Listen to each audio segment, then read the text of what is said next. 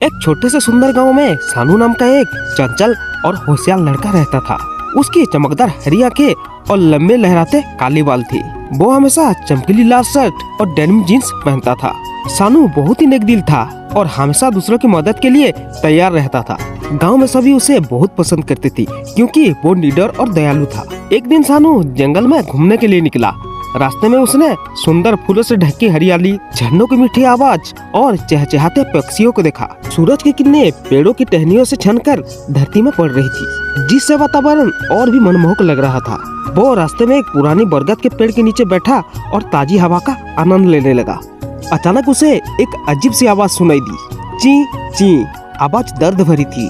सानू चौंक कर उठा और चारों तरफ देखने लगा। उसने देखा कि झाड़ियों के पास एक सुंदर पक्षी घायल पड़ा था। उसके सुनहरे और नीले पंख धूल से भरे थे और एक पंख पर गहरी चोट लगी थी। सानू को पक्षी पर बहुत दया आई। वो दौड़कर उसके पास गया और धीरे धीरे उसे अपनी गोद में उठा लिया। पक्षी की आंखों में दर्द था, लेकिन जब उसने सानू की आंखों में करुणा देखी तो वो थोड़ा शांत हो गया। तुम्हें चोट लग गई है, घबराओ मत, मैं तुम्हारी मदद करूँगा, सानू ने प्यार से उसे कहा। वो पक्षी को अपने घर ले आया और उसे एक छोटे से नरम बिस्तर में रखा। फिर उसने हल्दी और शहद का लेप तैयार किया और बड़े प्यार से पक्षी के घाव पर लगाया। बस अब कुछ दिनों में तुम बिल्कुल ठीक हो जाओगे, सानू ने मुस्कुराते हुए कहा। अगले कुछ दिनों तक सानू ने पक्षी की देखभाल की, उसे दाना पानी दिया, उसके पंखों को हल्के हाथों से साफ किया और उसके साथ बातें की। धीरे धीरे पक्षी ठीक होने लगा। एक दिन पक्षी पूरी तरह से स्वस्थ हो गया तो उसने सानू से कहा, तुमने मेरी निस्वार्थ भाव से मदद की, मैं तुम्हारी बहुत आभारी रहूंगा।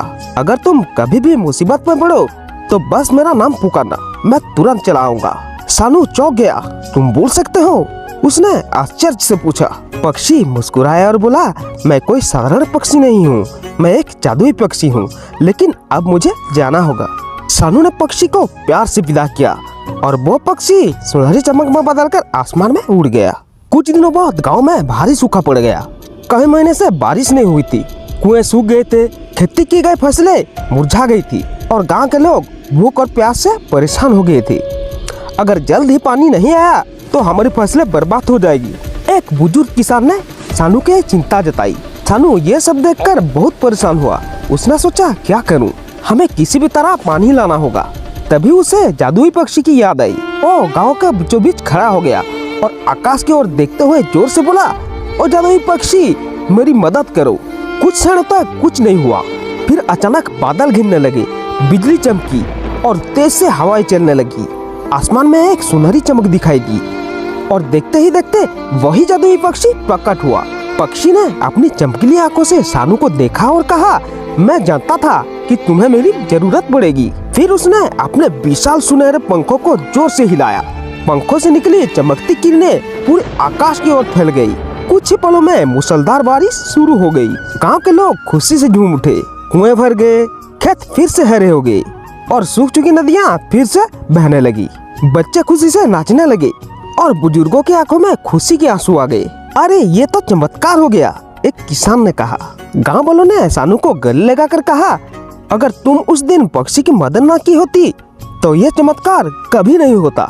सानू मुस्कुराया और बोला, जब हम निस्वार्थ भाव से किसी की मदद करते हैं तो हमें भी कठिन समय में सहायता मिलती है।